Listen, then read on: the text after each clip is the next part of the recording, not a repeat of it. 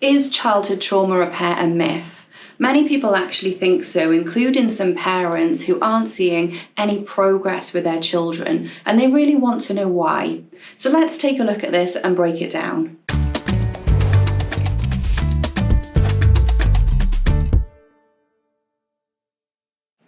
I think this is something that many people can question through the course of caring for a child who's experienced trauma.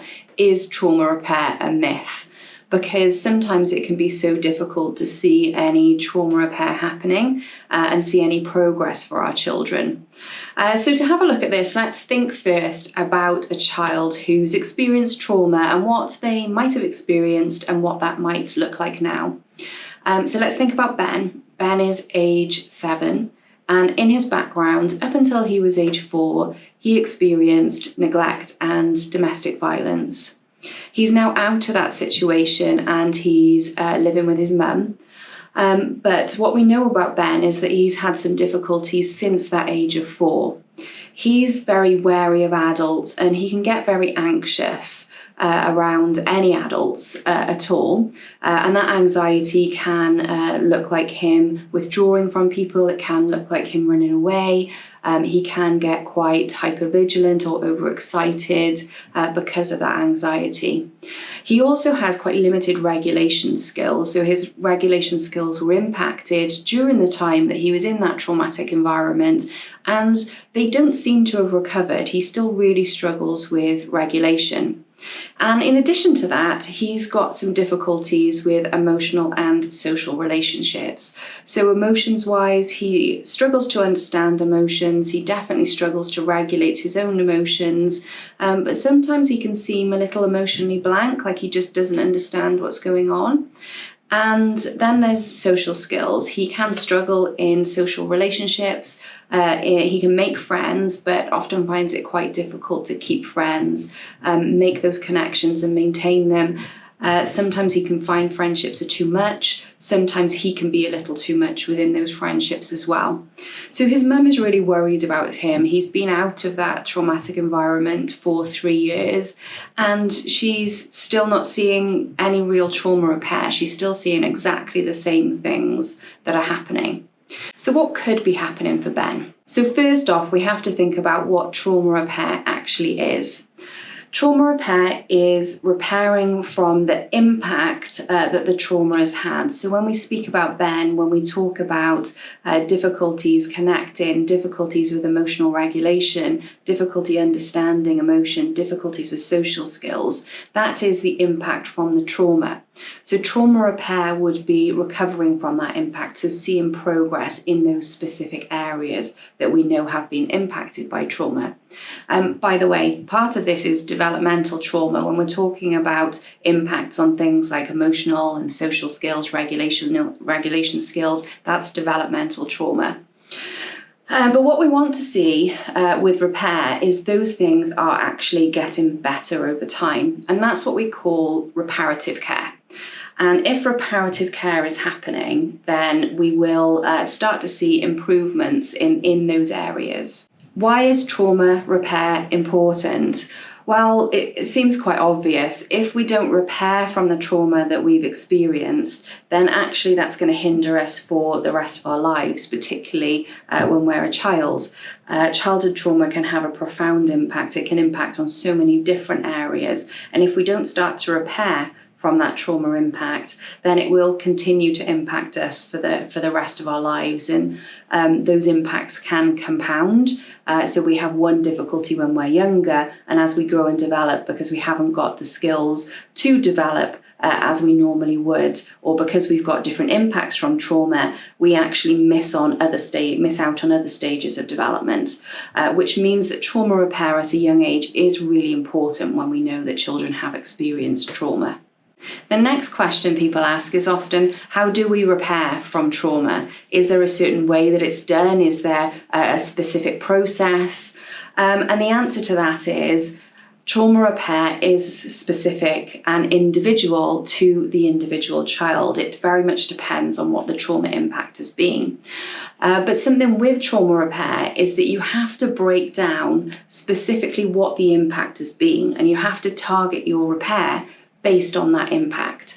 So things like generalized strategies don't tend to work for trauma repair. You have to get it very individualized, and you have to really target those difficulties that have resulted from the trauma. So that could be supporting with regulation. It could be that you're supporting with emotional understanding, with social skills, but you're breaking it down to the minutest point, and you're really looking at what is it that that child needs. Often we're asking the question, what is it that that child has missed out on, or what is it that that child has not been able to develop because of the trauma that they've experienced. So trauma repair really includes breaking the problem down into its component parts and looking at how we then support the child to develop, considering those component parts and what's been missing and what they need.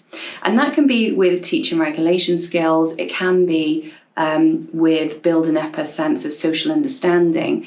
But importantly, it all starts with having that relationship with the child. So through your relationship, you can start to build up these things that they've missed out on. And that's really reparative care.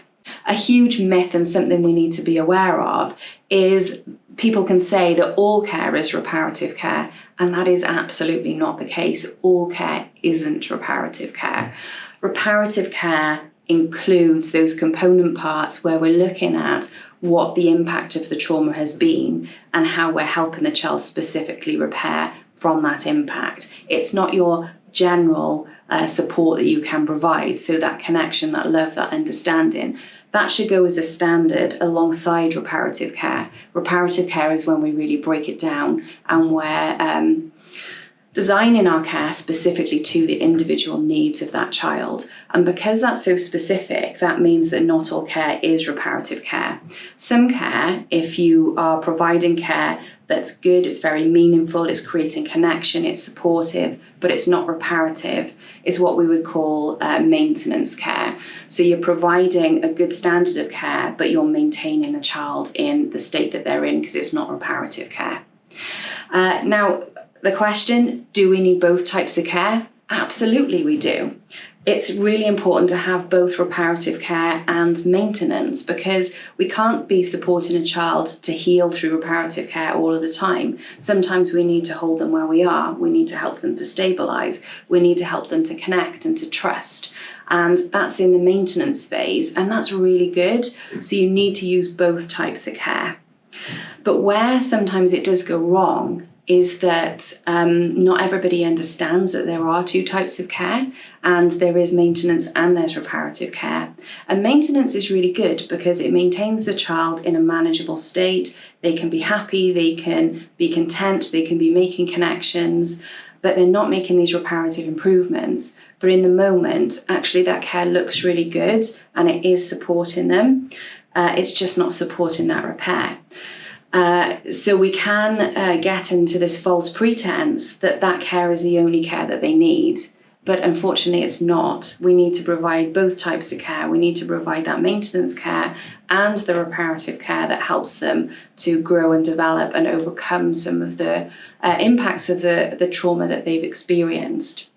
And if we think back to Ben and his situation, what I would anticipate has happened, because his mum is saying he hasn't made any progress, we're still having exactly the same difficulties as we were 3 years ago, is that she's been providing really great maintenance care. So she's been building those connections. She's been providing that support. She's been creating trust with him. She's been providing some types of nurture, but that nurture hasn't been specific and defined and broken down to the reparative care that Ben actually needs.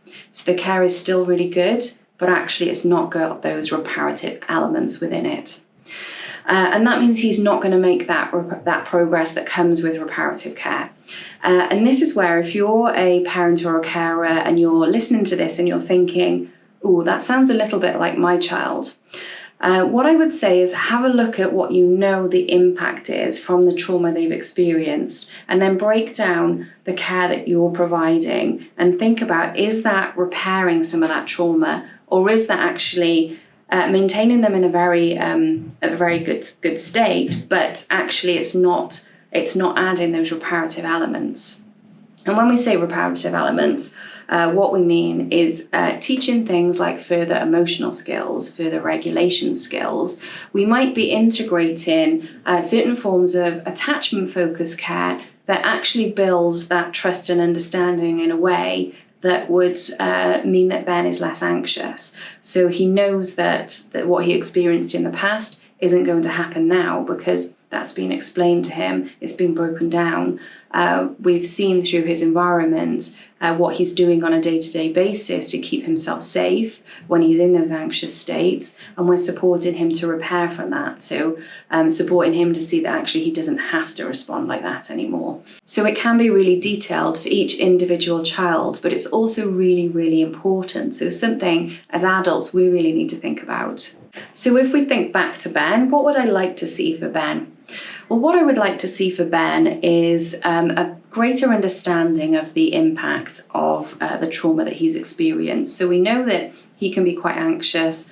His emotional well-being is impacted by those experiences, which tells me there's still some trauma going on inside. It tells me that he still thinks on those experiences and he doesn't feel completely safe because of those. And that might take some reassurance and some therapy or some talking work, something his mum could do, not necessarily through a therapeutic context, but she could do it by having those conversations, talking through the things that have happened and helping him understand that that's not going to happen anymore, to really try to relieve some of that anxiety that he's experiencing. And that would be step one. If talking with his mum isn't enough, he might need some therapy for that, but not necessarily. And I would be asking the question, is it something that mum's talked about with him, or is it something that maybe she's been really wary of, thought it was better left in the past, so hasn't talked about very much? Because his behaviour is actually telling me he probably needs to talk about this a little bit and understand it more and work out what's going on for him and how that's impacted him. So that's the first thing I want to see from reparative care. What we also know then is that his regulation skills have been impacted, and as have his emotional understanding. And those things are really interconnected. So we first need to look at his emotional understanding and develop that before we can expect him to be able to use regulation skills. So with his emotional understanding, what he needs to have a good grasp of is what emotions look like for him and for other people. What do they feel like in his body? Can he label them? Can he understand them? Can he spot them when they're occurring for him?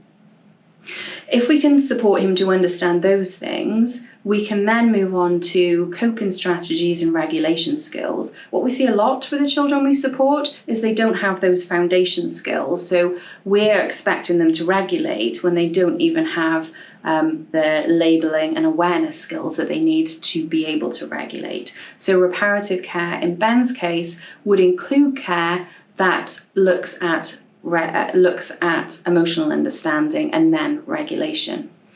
And then we've got social skills that are also delayed. And again, this is also interlinked, and this is the real complexity of complex trauma, because everything becomes interlinked.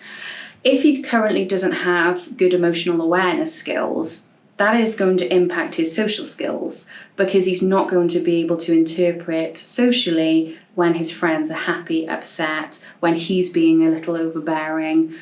He might not be able to effectively communicate when they're being overbearing, and it sounds like that's happening with him. So we need to start off breaking it down to its component parts with those emotional awareness skills. And then we can move on to when he's got those emotional awareness skills, developing his social skills and looking at how he can develop using those skills within social relationships, which will hopefully help him in the longer term. So you can see that type of care where we're adding in the reparative elements might be very different from the care that he has been receiving, where he's receiving very good care, it's supportive care, he's receiving care where he's got connection, his mum is supporting him to build trust, but it's missing those other reparative elements. And this is what we see a lot with our children, and why having that combination of reparative care and maintenance care is so important. So to answer the question, is childhood trauma repair a myth? Absolutely not. Children can repair from trauma, but we need to get those component parts right. We need to be aware of reparative care and maintenance care, and we need to use a combination of the two. Importantly, adding in those reparative care elements to help our children repair from trauma. Hopefully this video has been helpful. If you found it so, then subscribe to Tribe for more trauma-informed care in practice.